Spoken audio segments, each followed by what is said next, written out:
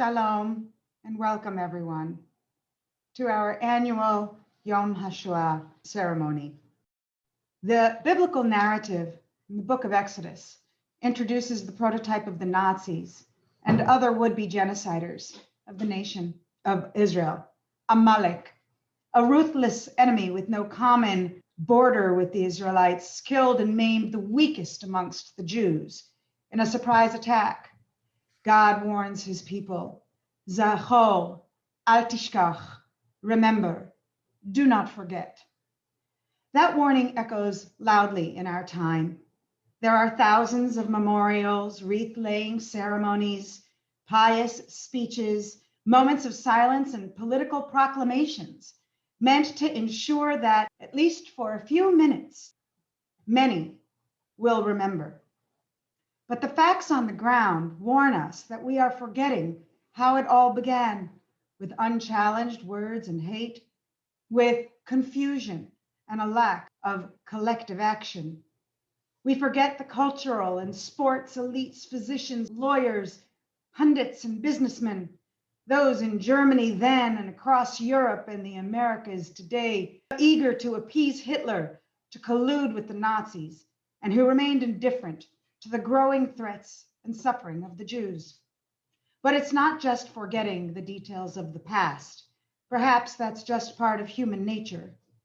More ominous are the growing signs that much of the world today is remembering to forget the tough lessons, the warnings from the hate that led to the murder of Europe's Jews. Our words today, as we come together to remember, to join against forgetting, our words are the words of the witness, as we ourselves become the witnesses, committed to hear, to listen, to inherit, and to transmit again and again, not on one day, but every day, not for one victim, but for all the victims. Indeed, all the victims were not Jews, but all Jews were victims. We, the heirs to their memory, both as descendants and as fellow members of a people facing the painful legacy of the Shoah in our lives, we remember. We will fight against the trends of forgetting that are happening more and more today. Come, take this giant leap with me into the other world, the other place where language failed and imagery denies man's consciousness, and it dies upon the altar of insanity. Come, take this leap with me into another world, another place. Trace the eclipse of humanity, where children burned while mankind stood by, and the universe has yet to learn why. The other place that is now challenged in its truth, and we are faced with a world that simply does not know. We welcome you to our annual Yom HaShoah Memorial Program to take moments out of our lives to reflect upon the past, the present, and the future of Holocaust memory and its meaningfulness to each and every one of us all over the world.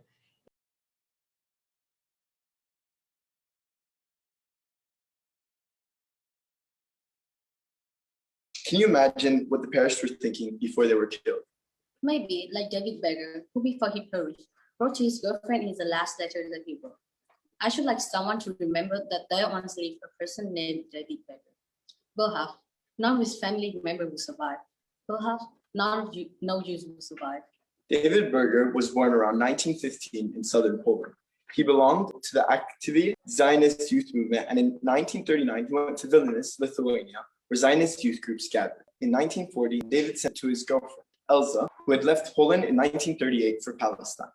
On the 2nd of March 1941, David sent a postcard to Elsa to say goodbye, as he correctly assumed that he would not survive. He wrote to her, I should like someone to remember that there once lived a person named David Berger. He was shot in Vilnius, Lithuania in 1941. Can you imagine if David Berger had known that not only would Jews survive, not only would the state of Israel be established, but that you and I would not only remember that he once had a life, but that we would be lighting a candle specifically for him and the others every year.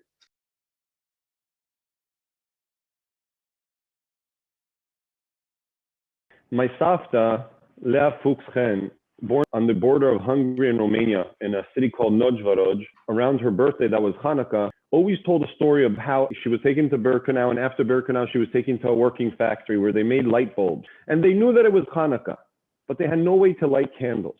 But a few of the women that were with her decided that they're going to light the candles. So one of the women that worked in the kitchen stole a potato, and they dug into the potato. One of the women that worked with the machinery stole a little bit of oil from the machine. My Savta tore a piece of the cloth that she was wearing, whatever it was. They stick it in, and my Savta always used to tell it with lit up eyes, how they lit it. And they weren't scared if someone would come and all that. They were ready to die for lighting that Hanukkah candle. And they said the bracha, and they were so happy. My Savta passed away a few years ago, but the year after, my first cousin, on the 5th night that was my Savta's birthday, lit a candle in a potato. And he sent us all a picture on the WhatsApp group. And the next year, a few of my other cousins and my siblings did it. And last year, I did it. And an amazing thing happened. My 2 older sons came up to me and said, Abba, why are you doing that? And at that moment, I understood how we'll never forget. At that moment, I understood how in Pesach, when we say, Ki shalcha bincha machar le'emo, when your sons will come and your daughters will come and ask you tomorrow, why are you doing this? What is that? That's exactly what we need to bring into our lives, are those customs of remembering the people that were lost and the people that survived, bringing them into our everyday life, like lighting a potato on Hanukkah. Because when they asked me, I sat them down and told them the amazing story, like my Savta used to tell us every single year.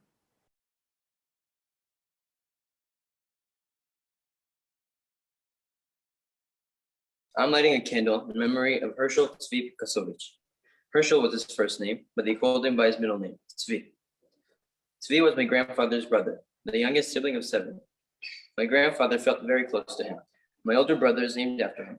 My grandfather was very relieved to know that we remember his brother every year. He passed away, but he knew that we would continue remembering him.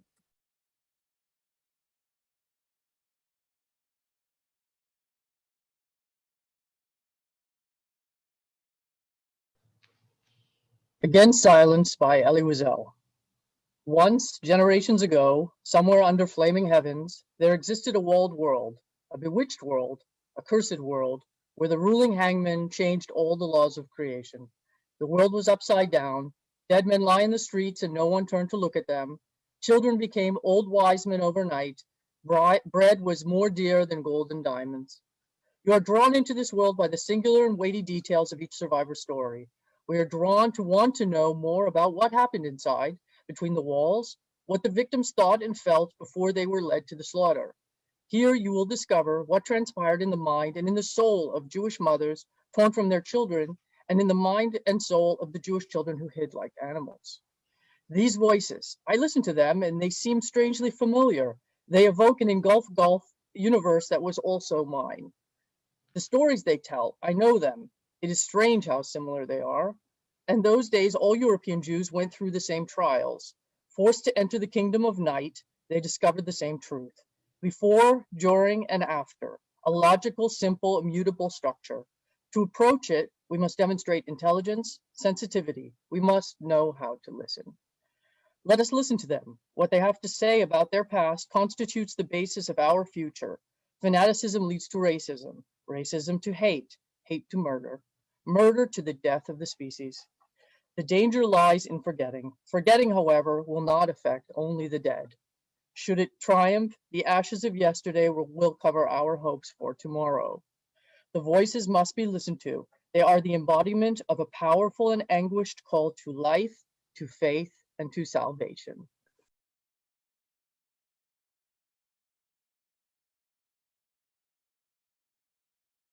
I'm lighting a candle in memory of Lea Deutsch. Lea was born to Croatian Jewish parents, Stefan and Eve. Her father was a lawyer and her mother was an educated housewife who actively engaged in chess. They lived in a 3-story house. Deutsch began acting at the age of 5, playing small roles in professional productions of Shakespeare. People were attacked and enchanted by her. She was thought as an exceptional talent at Croatian Shirley Temple. She quickly rose to become a popular child actor.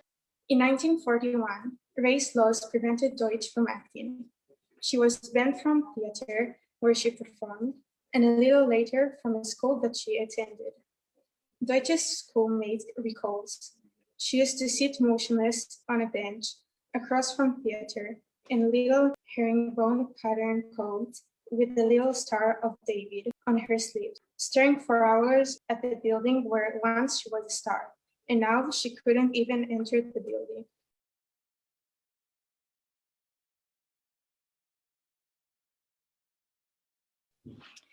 I Cannot Forget by Alexander Kimmel. Alexander died on January 24th, 2018 of complications from pneumonia. He was 91. The Action in the Ghetto, March 1942. Do I want to remember?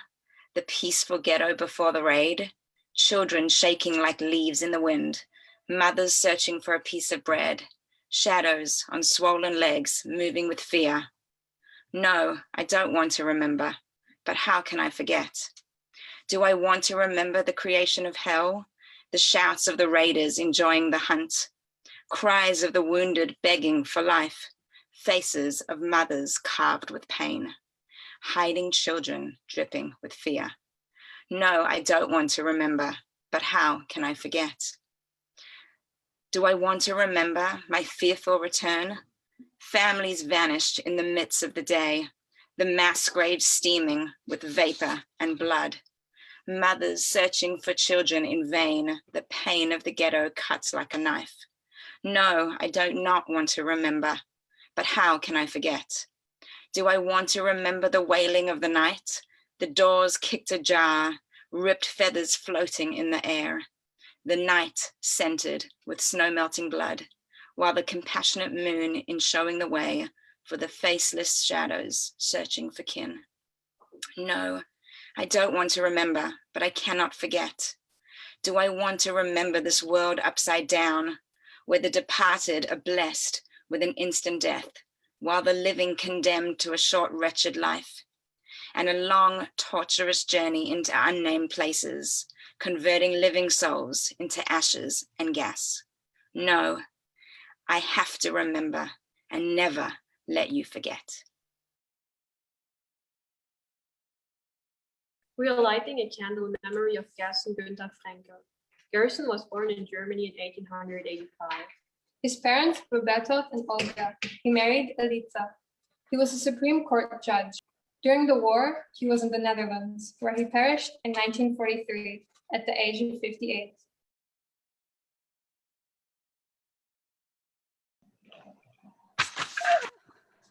A Number by Carrie Bacher. J3602A4. That's all she was, penned up within the barbed wire. I saw her when I journeyed there to Auschwitz. She tried to tell me, yet I wouldn't hear. The number, she explained, takes everything away, beginning with your name, a number.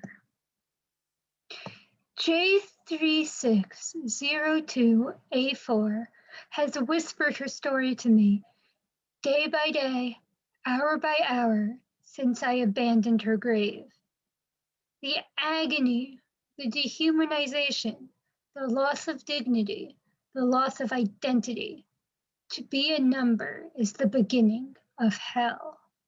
She whispers from across the barbed wire, eyes darting from side to side. Terrified still, a number is the way jailers begin the torture. J3602A4 no longer has a name, yet I have named her Chaya Shulamit. I see her reflection every time I look in the mirror. She is I. I live for both of us.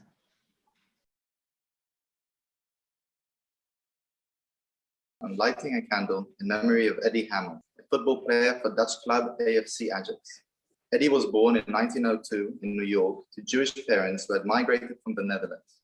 He returned to live in Amsterdam while still a teenager. He played amateur football in Amsterdam until he was spotted by the Ajax scouts in 1922. He played for Ajax as a star right winger until 1930. Eddie Hamel was the first Jewish player and also the first American to play for Ajax. In the interwar years, Amsterdam was home for the largest Jewish community in the Netherlands. Ajax was no Jewish club, nor did it harbor many Jewish players. Jewish lives were very visible in the city of Amsterdam and on the stands of the Ajax Stadium. Eddie Hamel was a hugely popular player with his own fan club. After he retired from playing and became manager of a different club, he still played often for the Ajax veterans. After the German occupation of the Netherlands in 1940, Jews were subject to mass arrests. Eddie Hamel was imprisoned in 1942 and deported to Auschwitz-Birkenau. He had 4 months forced labor there until he fell ill and was killed in the gas chambers in April 1943.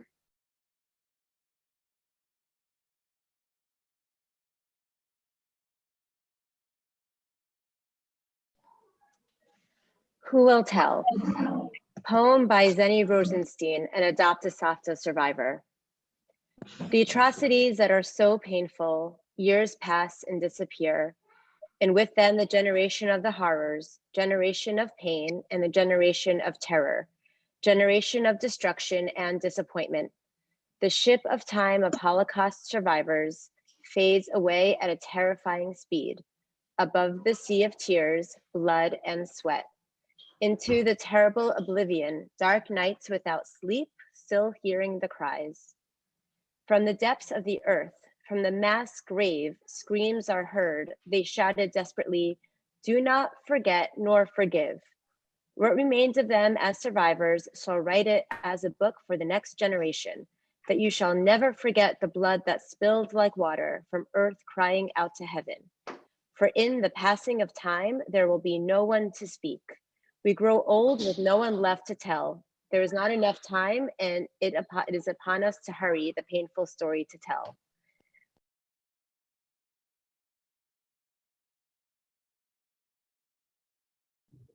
Sonia Weiss, From Another World. I come from another world. I come from a universe where my people were condemned to torture and death for no other reason than because they were Jewish. Of course, not all the victims were Jewish, but all the Jews were victims. It is true the Holocaust was a very special moment. This event has shown mankind at its lowest, where a civilized, cultivated nation has created a mechanism of destruction of another people. And of course, when the war started, immediately we lost. We lost our homes. We lost our way of life. We lost our everything that we owned, everything that all of our hopes, and we could not believe it. We could not believe that a cultured people would set out to murder another people, men, women, children, babies. There is an entire history that has never been a similar moment in which one could say the world will never be the same after that. There is something in man. There is something in our humanity, which is made out of the best things and the worst things. It's like the concept of God, in whose names the most beautiful things are done, but never have so many people been killed in the name of anything else. What would it be like if I had to go through that and lost the family and lost your home and lost everything? And then you're finally clear of it, and your friends that you've been praying for going to come, they come and they thank God. They do come and they don't really care. I like to say that we choose life, that we went on, we mourned, we cried, and then we went on to some kind of normal, productive life. Of course, we try and tell our story to the younger generation. The survivors are diminishing in number every day. In another 10 years, there will be no survivors left. And we feel that by conveying our message, we make witness out of those who hear us, and hopefully they will always remember what happened to us and to make sure that it will never happen again.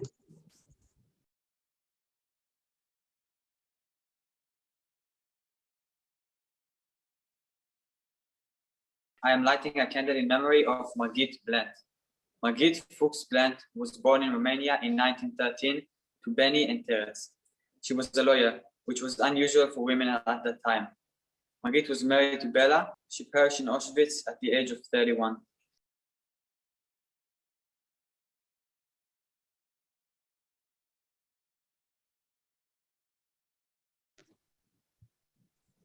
Saved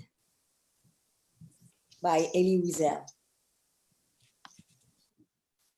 These days, one says Auschwitz and goes on speaking of other things.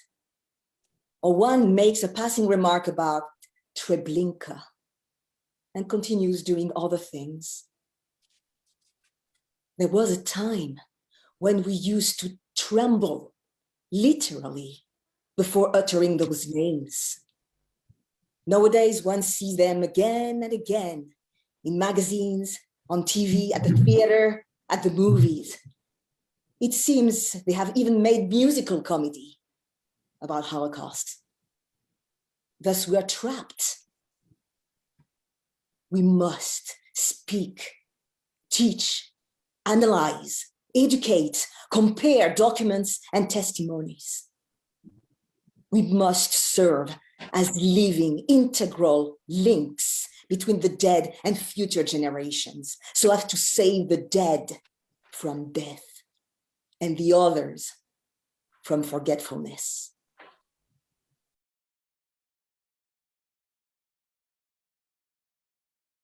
Baba Kovner was a source of great strength to thousands of Jews in the most trying of times of Jewish history.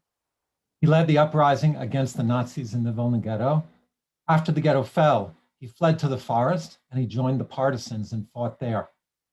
Following the war, he masterminded the poisoning of Nazi officers in prison in Germany. He then made Aliyah and fought in Israel's War of Independence. After the war, he lived on kibbutz and went on to become a noted poet. He received the Israel Prize for Literature in 1970. He lived for the Jewish people with courage, and he tells his story in his autobiography, The Avengers. I'd like to dedicate this reading to the memory of Hillel Storch, who saved thousands of Jews during the Holocaust in honor of his family. Let us remember our brothers and sisters, the homes and the cities and houses in the villages, the streets of the town that bustled like rivers, and the inn standing solitary on the way, the old man with his etched out features, the mother in her sweater, the girl in the plates, and the children, the thousands of communities of Israel with their families, the whole Jewish people that was brought to the slaughter on the soil of Europe by the German destroyer. The man who screamed out suddenly and died while screaming. The woman who clutched her baby to her breast and whose arms tumbled down. The baby whose fingers groped for her mother's nipple, which was blue and cold. The legs that sought refuge and there was no escape. And those who clenched their hands into fists, the fists that gripped the steel that was the weapon of the vision, the despair and the revolt. And those with staunch hearts, and those with open eyes, and those who sanctified themselves without being able to save others. We shall say, remember the day in its noon, the sun that rose over the stake of blood, the skies that stood high and silent. We shall remember the mount of ash beneath the flowering parks. Let the living remember the dead, for behold, they are here before us. Behold, their eyes cast around and about. So let us not rest. May our lives be worthy of their memory.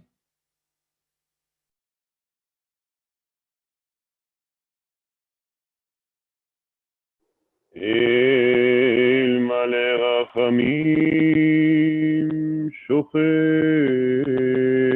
במרומים, השם מנוחה נכונה על כנפי השכינה,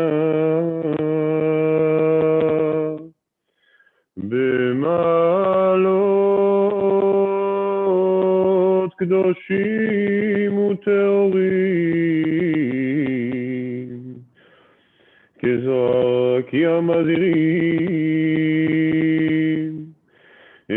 כל הנשמות של 6 מיליוני היהודים, חללי השואה באירופה, שנהרגו,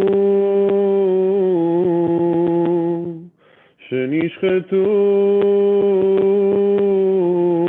שנשרפו ושנספו על קידוש השם בידי המרצחים הגרמנים הנאצים ועוזריהם משאר העמים.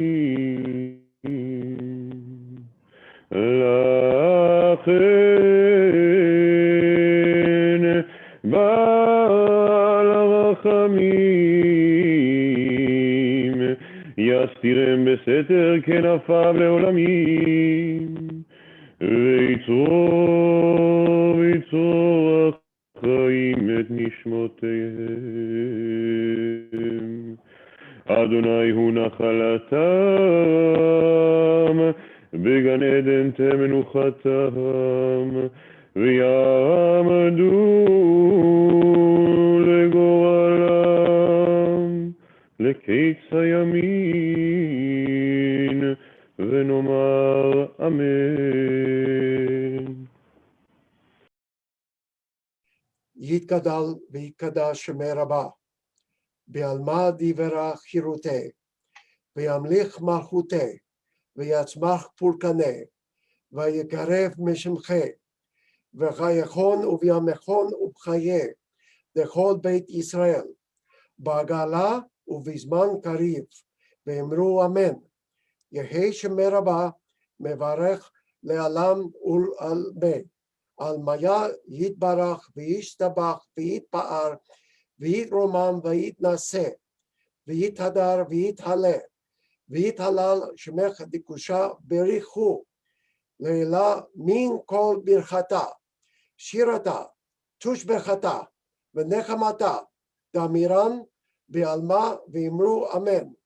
יהי שלמה רבה מיל שמיה, חיים ושבע, וישועה ונחמה, וששבע ורפואה וגאולה וסליחה, וכפרה, ורווח, והצלה, לנו, ולכל עמו ישראל, ואמרו אמן.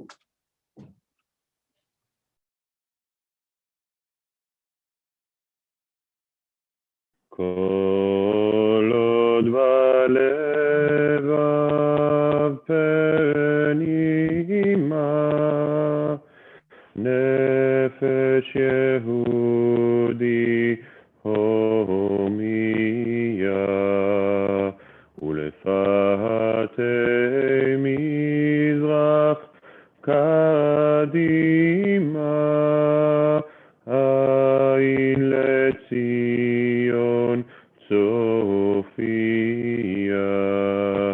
עוד לא אבדה תקוותנו,